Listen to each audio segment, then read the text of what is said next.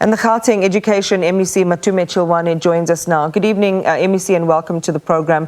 It was very hard to watch the family respond in the way that they did, and that was quite a report that you shared today on the outcomes of this investigation. For a child to have been tormented in this way, in a place where he should have been kept safe, is akin to a medical doctor intentionally harming their own patient. Unthinkable and unacceptable. How did you feel when you were sharing that report today? Good evening to you and good evening to your viewers. It is quite a difficult situation where we find ourselves as a department. When you have to go to families, and this is one of the most difficult part of the job, is to really tell the family that their child is no longer coming back anymore. And worse of today, the circumstance that led to that is the most difficult part, and I must say that it's going to take a while for the family to really get to a point of healing. But we have committed as a department to continue to check up and support the family in all ways possible until they get to a point where they find comfort and peace. But at this stage, they are still at pain. When we shared the report with the family, it was a somber moment. And it is also for us as a department quite difficult to really be sharing such reports with our families. So feelings, MEC, are valid, and they are so important because they do help to fuel the action that must follow those feelings. The school in this report allegedly principally responsible for what ultimately happened. This boy apparently chastised for what is described as having gay tendencies, being sent home from school after an altercation.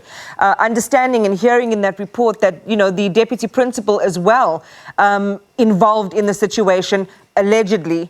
What does it make you, what goes through your mind thinking that these are the people who are entrusted with our children, that they are the ones who our children need the most protection from?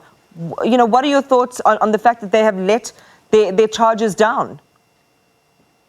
First and foremost, I would want to say that obviously a large component of our teaching community, our educators, are really very responsible, and they are really conscious and sensitive when dealing with children. So this is one of those incidences that are unfortunate and could have handled better. That's why within the report there's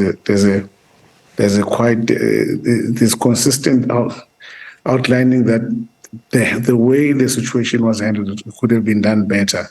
And another point is that we do provide training to educators on dealing with bullying, and as well as obviously how to deal with learners, because the way the learner was dealt with, it was actually victimized. And the report has been able to highlight that the learner was victimized and really shunned against, and obviously those comments were homophobic comments as well.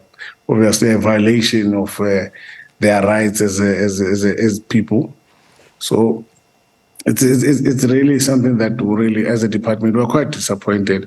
But also one thing that is important, it should go as a lesson across to all other educators that this behavior will not be tolerated in the department, where children are supposed to be in a safe space. Schools are safe spaces, places of development and growth. This is a message that we will not tolerate any of that situation where our children are victimized when they should be protected, they should be developed. Right. So we're hoping that obviously from here, other educators are able to see that as a department, we are very strong with regard to how when our children's rights are violated. Well, they only believe, sorry, MEC, just in the interest of time, they would only believe that this is a serious matter, not only by an investigation, which highlights the scale of what's gone wrong.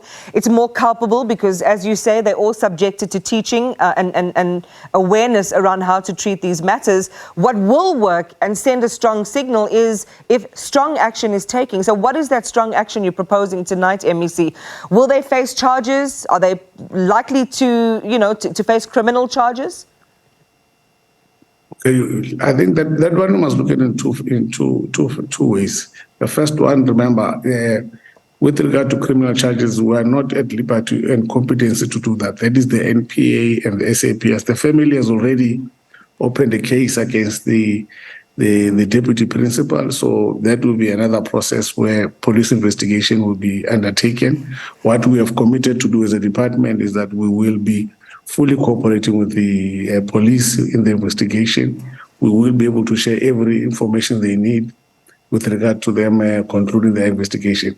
But on the side of the educators, obviously the report has been able to also have a set of recommendations, and those that there will be a disciplinary process that will be undertaken against those four educators, and obviously within the prescript of the law, because everybody has their rights. There's the labor law that's protecting everyone. So, and also the Employment of Educators Act as well, that is also guiding us. But in terms of where we'll be sitting, there will be action. Already we have started taking action. As you know, the deputy principal is not at school.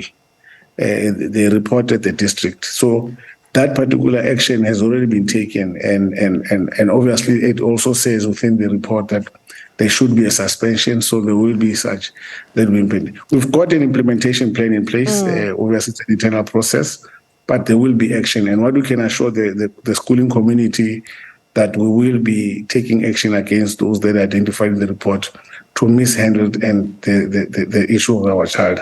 MEC, just for clarity though, are education authorities not empowered to bring charges? Is following the labour route the only option that you have at your disposal? Because what about families who might not press charges, who might not even know that they can press charges? Are you empowered with that option? Yes, look,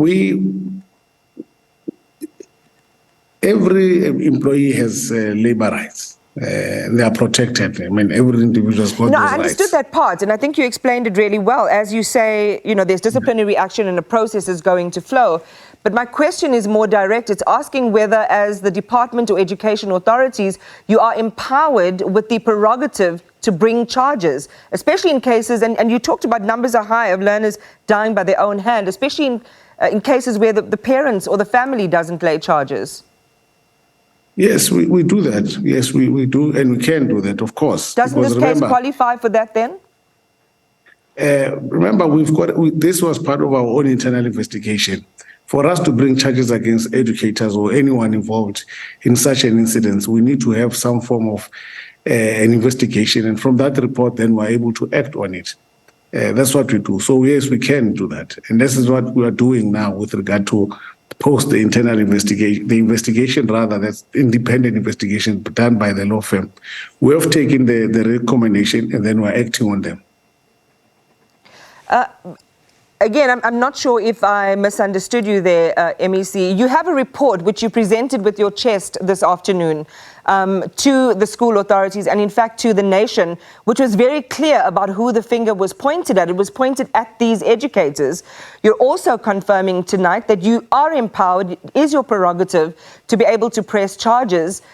So, again, the question is, why don't you, suggesting that it needs to be subjected then to another layer of investigation means that there might not be any credibility with this initial investigation result that you've already conducted. I'm putting it to you that maybe you can, on the basis of what you have. I'm not a legal expert. Of course, we'll have to interrogate that you can actually refer that to the police. Yeah, look, that is another. I can't look. For us to press charges, it will depend on the gross. It depends. It varies. I won't say that for us we can't do it. Yes, we can do it. But remember, for somebody to press charges, it takes an individual citizen to go and open that particular case. I think we're confusing the issue, MEC. You were very, very clear that you do have that prerogative. And perhaps that is the signal that would make other teachers who even have, an inkling to do this to another student, this might be the thing that stops them in their tracks. And it sounds like you're really unsure, MEC, of what the right course is here and how exactly you can actually go ahead and lay charges. That's why I'm saying we need to look at everything with its own merit. Like now, we have a report. We can't just move and go and open press charges against educators without any fundamental evidence or report, something that guides our thinking. Your report is there on the table, MEC. You've just done it and you've shared it with the nation. No. You are driving me where I'm saying to you, the family has opened a case of culpable homicide. That's the family. Every individual citizen can do that. Remember, when you commit a crime against a citizen, and the citizen is a responsibility of state. You need to understand it as such. So us as a department, we are dealing with an internal process. We have not necessarily gone out and opened charges against educators for such instances, but we have been able to actually institute measures or put measures in place and against educators who've acted grossly, including dismissal, and depending on the circumstance, we've also, in some instances, there has been instances where at the level of districts, our educators have gone to open up cases of assault in police stations against, obviously, some of their colleagues. So it depends on the situation. It's not a once-off, but in the situation, there's already a case that has been pursued by educators, by their family already, a civil case that has been laid. So there's no need for us to really move, but we will demonstrate our support by actually fully cooperating with the police. These teachers should have the book thrown at them. In fact, some might say you can join the case that the parents have laid against those educators. A stronger message couldn't be sent than you perhaps embarking on that sort of action. But as you say, these are, there are things that need to be considered. I mean, I'll go back and listen to the interview because I'm not quite convinced, MEC, that we have pushed this as far as it should possibly go, especially if you want to send a strong signal to other schools and send the message to learners that the MEC for Education, the Department of Education, has their back even when their own teachers do not. Thank you very much for your time, MEC Matome Chiloane. We appreciate you being with us tonight.